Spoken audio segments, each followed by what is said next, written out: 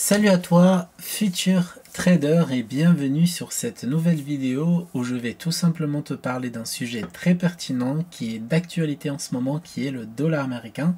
Et bien sûr, comme d'habitude avec les bons traders, on ne parle pas avec des PowerPoint et des dessins.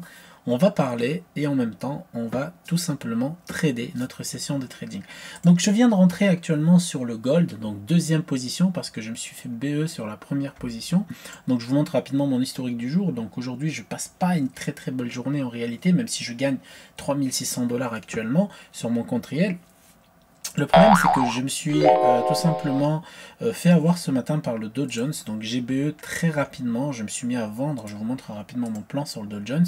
Donc ça, c'était mon plan sur le Dow Jones. Ok, je me suis mis à vendre le Dow Jones et j'ai BE trop vite. C'est-à-dire que j'ai pris un clôture partiel, ok, de 340 $ et derrière j'ai mis mon stop juste là et le prix il est venu le rechercher et puis il est reparti. Donc c'est pas grave, ça reste positif parce qu'au final je m'en sors avec 14 $ de profit. Bon, ça va pas payer les factures. Donc j'étais obligé d'aller voir un autre actif comme le gold. Et actuellement le gold, en fait, pareil, hein, j'ai pris position. En fait, je suis rentré carrément sur ma zone d'intervention que je vous partage tous les jours gratuitement dans votre boîte mail. Si vous n'êtes pas inscrit, bien sûr, à nos plans de trading quotidiens avant 8 h du matin et avant l'ouverture des marchés, n'hésitez pas, le lien est en biographie. Donc ici, qu'est-ce qui s'est passé? C'est que sur la zone d'intervention, donc on avait pas mal de choses qui convergeaient. Donc moi j'avais en tête les levels algorithmiques weekly, ok, qui vont s'afficher juste là. Attention, voilà. Donc qu'est-ce que j'attendais exactement ici sur cette zone? Ça c'est super important pour ceux qui en tout cas ont les outils, les bons traders et qui tradent comme moi et qui ont énormément de réussite. Donc ça peut aussi vous rajouter encore, on va dire, des memories. Hop, on va voir un peu ce qui se passe. Donc on va attendre un peu avant de BE. Donc j'aimerais bien qu'on vienne chercher rapidement en fait cette zone. Comme ça je peux prendre un petit BE et sécuriser la position. Donc ici ce que j'attendais exactement, c'est tout simplement que le prix passe au-dessus du level algorithmique avec un volume exécuté plutôt positif et que derrière que le volume suivant, d'accord, qui est juste là avec le pro cycle, soit en ma faveur, dans le sens que si je veux vendre le marché, il faut que j'ai une bougie dominante qui vend, d'accord, qui vend le marché, qui montre la puissance des vendeurs qui sont juste là, bien sûr avec une belle bougie, un beau volume, ok, qui est juste là, et un procycle qui commence à réintégrer sa cyclicité pour bien sûr partir sur un nouveau cycle baissier. Ok, donc ça c'était ma première position. Donc sur ma propre position, donc voilà, j'ai pu être payé de 20 points, je crois à peu près, voilà, à peu près 20 points. Je suis rentré à 2020,88 jusqu'à 2018,90. Donc ça c'est ma première position, mais c'est pas ça que je veux. Quand je prends des positions comme ça, c'est pas ça que je recherche. Je ne veux pas être BE rapidement. Je préfère re-rentrer sur d'autres confirmations. Donc là, je suis rentré tout simplement parce que en une minute, j'ai vu que le prix, en fait, il a fait une belle bougie, puis il a échoué ici sur cette zone. Donc pour moi, on va continuer à descendre. Donc c'est pour ça que à partir de là, je vais commencer à BE ma position parce que je serai à peu près à 15-20 points. Donc voilà, je vais attendre ça et je vais regarder ça de près. Mais voilà, ici les confirmations, c'est assez simple. En plus, on voit que le procycle nous confirme une continuation, d'accord? Là, on a eu un rebond, donc ok, ça se voit sur le graphique, rebond, puis on revient tranquillement. Donc si on casse la zone de neutralité, on fait disparaître la trade line, ok, qui veut dire qu'il n'y a plus de momentum en cours, et bien sûr, le prix, normalement, devrait payer sévère. Donc ici, on va y arriver bientôt. J'aimerais bien voir comment elle va clôturer pour prendre ma clôture partielle et bien sûr sortir avec un bon profit. Donc je ne vise pas forcément ce qu'on appelle des 5-10 000 euros par jour, etc. sur mes comptes. Attention. Par contre, ce que je fais, c'est que quand il y a des très bonnes opportunités comme ici, on voit bien que je suis par exemple, si je regarde rapidement, peut-être pas en mensuel, mais en weekly, j'ai des mèches, ok, sur des zones très pertinentes, ok. En daily, qu'est-ce que j'ai? J'ai un déséquilibre, ici un pot de déséquilibre, ici, de la valeur. Alors en fait, la zone de valeur, du coup, bah, elle est venue ici, mais bon, on rejette assez bien. Puis derrière, en 4 heures, qu'est-ce que j'ai? J'ai un range, en 1 heure, plutôt, j'ai un haut de range, donc c'est favorable. Je suis en train de vendre un marché qui est plutôt sur des plus hauts et qui est plutôt déséquilibré sur des hauteurs. Donc pareil, ici en 15 minutes, qu'est-ce que j'ai exactement? Donc j'ai un marché qui est déséquilibré. Pourquoi? Parce que je vais afficher, je vais même aller en 3 minutes pour vous montrer ça, donc je vais afficher ma moyenne d'équilibre qui est juste là, et on va voir qu'est-ce qui se passe sur le marché. Là déjà on a un rebond sur la middle de contexte et sur la moyenne d'équilibre. Ça c'est un setup d'expérimenté qu'on peut prendre à l'achat. Attention, on a la première vague, rebond, on a des volumes ici qui commencent à se manifester au-dessus de la moyenne, on peut acheter et aller chercher la résistance et vendre la résistance qui est juste là, qui est un level algorithmique.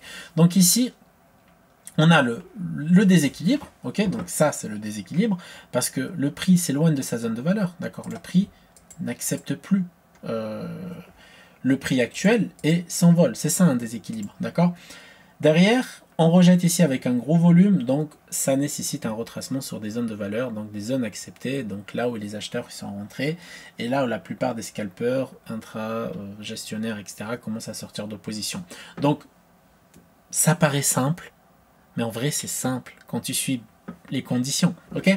Donc voilà, on va laisser la position vivre. En attendant, on va parler de ce qu'on appelle le dollar américain. Donc c'est un sujet, en ce moment j'entends que ça y est, c'est la fin du dollar, les BRICS reprennent le contrôle, tout le monde délaisse le dollar, mais tout le monde a oublié qu'on parle des États-Unis. Pour ceux qui ont lu, si vous voulez, qui ont acheté, qui ont lu et qui sont dans la formation et qui ont eu accès à la formation fondamentale sur le dollar, ok, donc là ça commence à être intéressant, je vais devoir sécuriser les gars, hop, excusez-moi, il y a la monnaie qui m'appelle, quand il y a la monnaie qui appelle, je suis obligé de décrocher, ok, donc je vais mettre ABE, voilà, je vais mettre ABE en négatif, comme ça il n'y a pas de problème. Là qu'est-ce que j'ai fait?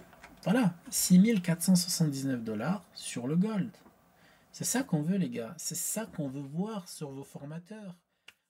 PDF de la formation Les Bons Traders, donc le PDF de la formation fondamentale, et dans le module fondamental, on a dit que les États-Unis, quand même, ils avaient le plus gros exchange financier, ok, c'est-à-dire que ils ont la plus grosse part boursière au monde déjà, ok, et en plus on parle des États-Unis, c'est des États unis, donc dans États unis, qu'est-ce qu'il y a les gars?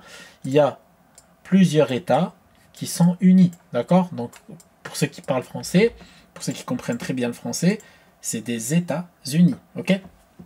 Donc là, rapidement, je vais juste placer un TP vers la zone d'équilibre. Hop, on va chercher les 2000 $, easy.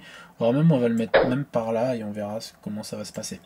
Donc quand on parle des États-Unis, on parle forcément du dollar, d'accord.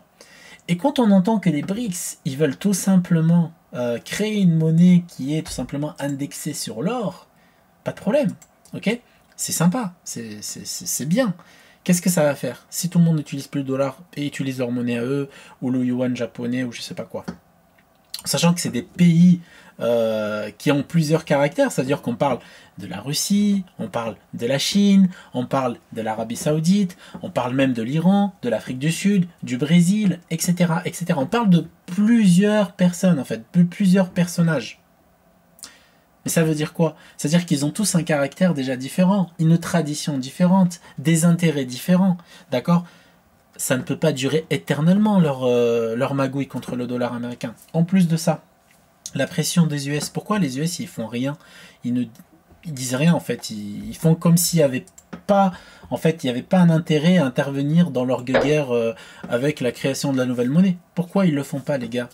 Parce que c'est les États-Unis les gars. Là, vous mettez, je sais pas si vous êtes fan de tennis, vous mettez une star de tennis contre une personne qui vient de débuter le tennis, voilà, c'est compliqué. Alors, pourquoi je parle des États-Unis? Pourquoi je hausse le ton quand je dis des États-Unis? Parce que c'est qui détient le plus d'or, le plus de réserves d'or, et qui continue à en acheter, et qui a des réserves d'or cachées dont on ne connaît pas aujourd'hui la quantité?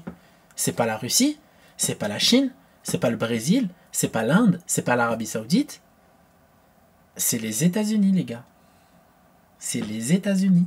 C'est-à-dire que demain, quand on va passer sur une monnaie indexée sur l'or, qu'est-ce qu'ils vont faire eux? Ils vont dire, ah ok, pas de problème, vous voulez jouer à ce jeu? Ok, on a la plus grosse réserve d'or au monde, on a aussi un budget militaire qui dépasse le son de vos oreilles, et on a aussi, d'accord, de la matière première. Ok, il ne faut pas oublier, c'est pas un pays qui fait que importer, c'est un pays qui exporte énormément, les États-Unis, d'accord? Si demain, on oblige les États-Unis à payer en yuan, mais ils vont pas accepter. Et ça arrivera jamais, parce qu'il y a tellement une pression commerciale, qui perd la valeur, le dollar qui va perdre la valeur, certes, sur du court terme, mais sur du long terme, on aura un dollar, si, bien sûr, les pays jouent au con et indexent leur monnaie sur l'or. Si le dollar fait de même, c'est game over pour tout le monde, les gars. Les États-Unis rendent le trône encore une fois. Donc voilà, n'hésitez pas à liker cette vidéo si vous avez bien sûr apprécié ce genre de contenu où je vous parle de l'actualité réelle au marché, je vous donne mon point de vue et bien sûr une analyse qui est basée sur l'analyse fondamentale actuelle, c'est-à-dire que les réserves d'or américaines, vous tapez sur Google, vous demandez à ChatGPT, etc., etc. Vous allez voir que les premiers, c'est les États-Unis. Après, il y a des rumeurs comme quoi ils ont des réserves qui ne sont pas malheureusement connues par le grand public. Okay, et bien sûr, tout ça, entrer dans le gold en vous expliquant les plans que j'ai partagés aujourd'hui. Et on se retrouve pour une prochaine vidéo et surtout le mardi en live dans le Discord Les Bons Traders. Et à la prochaine.